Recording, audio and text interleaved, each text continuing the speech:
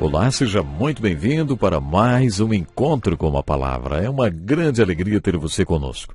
Vamos retornar ao estudo de João capítulo 14 e descobrir mais riquezas que o sermão da última ceia tem para nos ensinar. No último programa passei uma lição de casa para você. Você não se esqueceu, não é? Pedi que você lesse o parágrafo que vai do versículo 8 a 14, do capítulo 14 de João. Já vimos que, na verdade, esse sermão é um diálogo que aconteceu por ocasião da última ceia. Parece que Jesus ensinou os discípulos a questionarem. Como os grandes rabinos que vieram antes dele, Jesus usava o método de perguntas e respostas para ensinar. Esse é um método marcante e característico entre os rabinos. Uma vez perguntaram ao rabino Hillel, por que os rabinos sempre respondem uma pergunta com outra pergunta? E aí o rabino Hillel respondeu, e por que não faríamos isto? Era assim que Jesus ensinava, fazendo perguntas. Acho que os discípulos assimilaram o método de Jesus e por isso fizeram tantas perguntas a ele. Quando eles não entendiam o que Jesus estava falando, não hesitavam em perguntar. Esse parágrafo que pedi que você lesse é a parte mais importante desse sermão.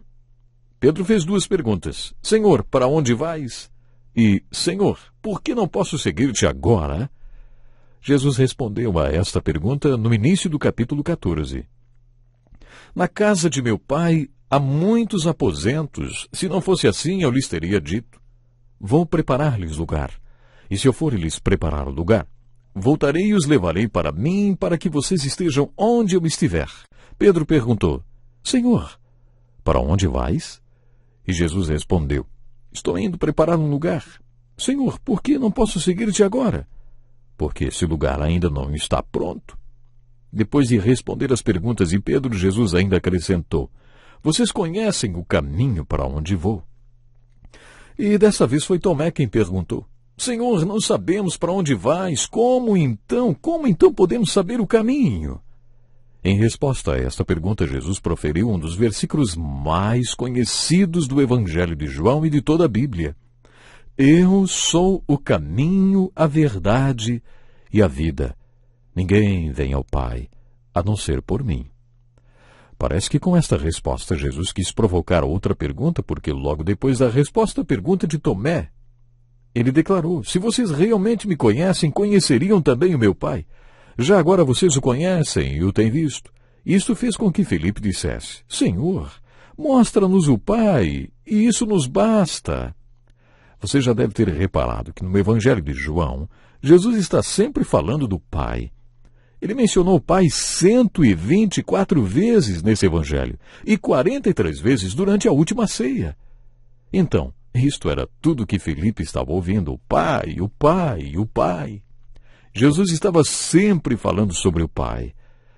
Aí Filipe disse, Senhor, mostra-nos o Pai, isso nos basta. A resposta de Jesus ao pedido de Filipe é o nosso tema de hoje. Você não me conhece, Filipe, mesmo depois de eu ter estado com vocês durante tanto tempo. Quem me vê, vê o Pai. Como você pode dizer, mostra-nos o Pai?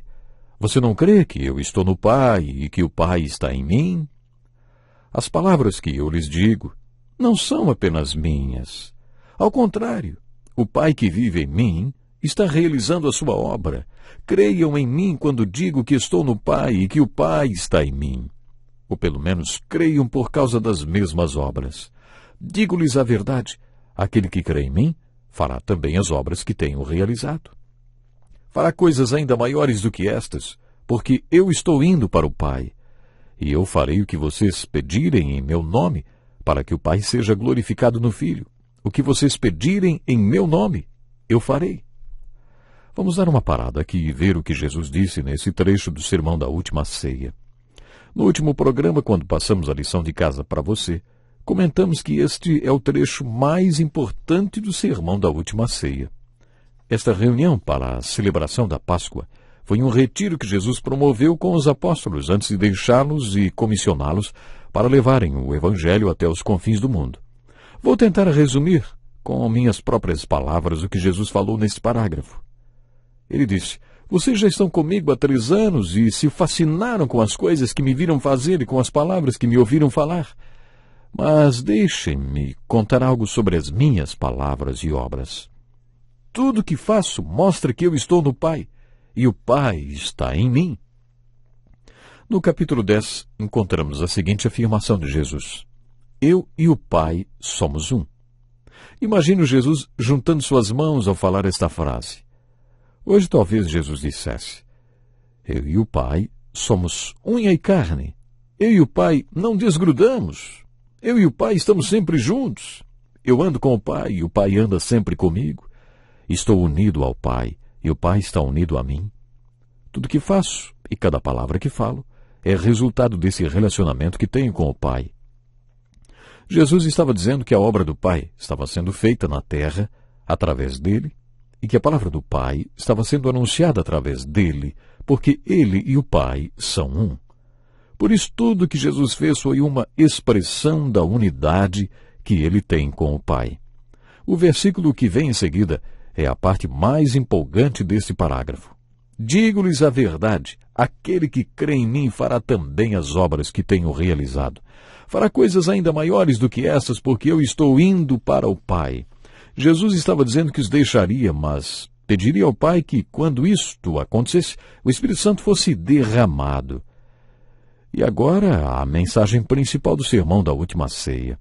Quando o conselheiro vier, ou quando o Consolador vier, quando o Espírito Santo vier, se vocês forem um com ele, como eu tenho sido com o Pai, então a obra do Pai será realizada na terra através de vocês, e a palavra do Pai será anunciada através de vocês. Creio que esse seja um dos maiores desafios do Novo Testamento. Tanto que Jesus afirmou: aquele que crê em mim fará também as obras que tenho realizado. Fará coisas ainda maiores do que estas, porque eu estou indo para o Pai. Chegamos à conclusão que Jesus queria. O que vale mais é a quantidade e não a qualidade. No capítulo 16, ele disse que tinha que deixar aquele corpo, porque assim, em qualquer lugar onde os discípulos estivessem, ele estaria não apenas com eles, mas também neles, assim como ele estava no Pai e o Pai nele. Isso quer dizer que onde quer que um deles estivesse, ali ele estaria. No capítulo 2 de Filipenses, lemos que quando Jesus veio ao mundo como homem, largou mão de alguns de seus atributos como Deus, por exemplo, a onipresença. Deus está em todo lugar. Durante os 33 anos em que Jesus viveu na terra, ele só podia estar em um lugar de cada vez. Por livre e espontânea vontade, Jesus abriu mão de sua onipresença.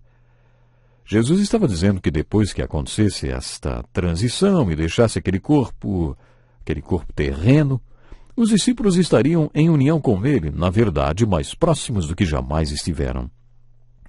E como Jesus estaria neles e eles em Jesus, onde qualquer um deles estivesse, Jesus também estaria. Nos versículos seguintes, lemos as seguintes palavras de Jesus: Naquele dia compreenderão que estou em meu Pai, vocês em mim, e eu em vocês. Tudo isso lhes tenho dito enquanto ainda estou com vocês. Mas o Conselheiro, o Espírito Santo, que o Pai enviará em meu nome, lhes ensinará todas as coisas e lhes fará lembrar tudo o que eu lhes disse. Pense um pouco. Isso quer dizer que você serve a Jesus, anda com Ele, e Ele trabalha em você e através de você, de forma que a palavra dEle é anunciada através de você, e a obra dEle é feita através de você.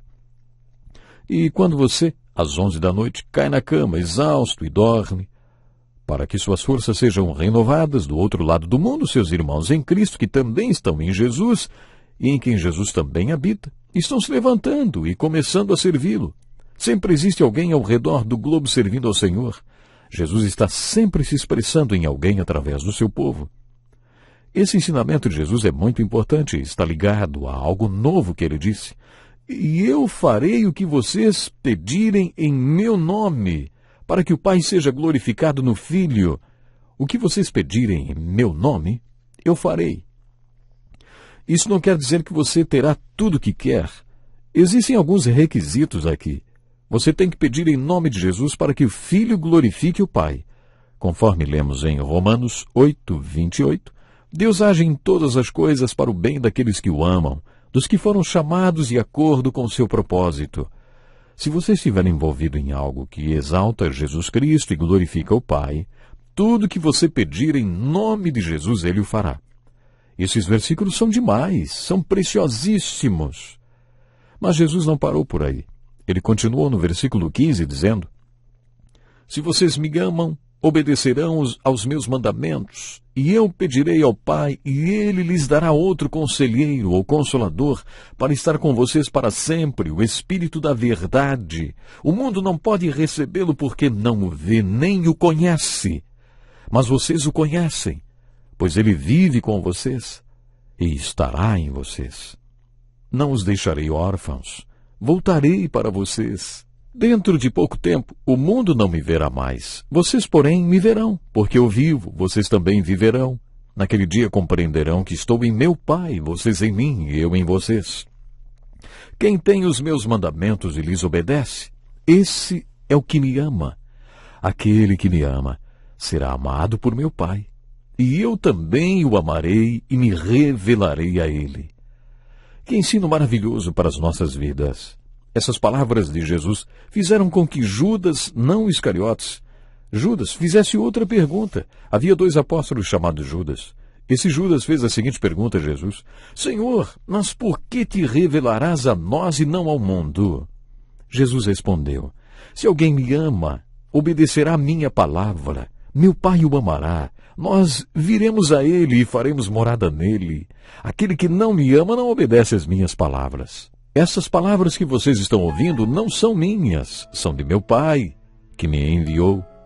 Observe que nos versículos 15 e 16 Jesus diz: se vocês me amam, obedecerão aos meus mandamentos. E eu pedirei ao Pai, e ele lhes dará outro consolador, para estar com vocês para sempre. Que ensino preciosíssimo esse, não é verdade?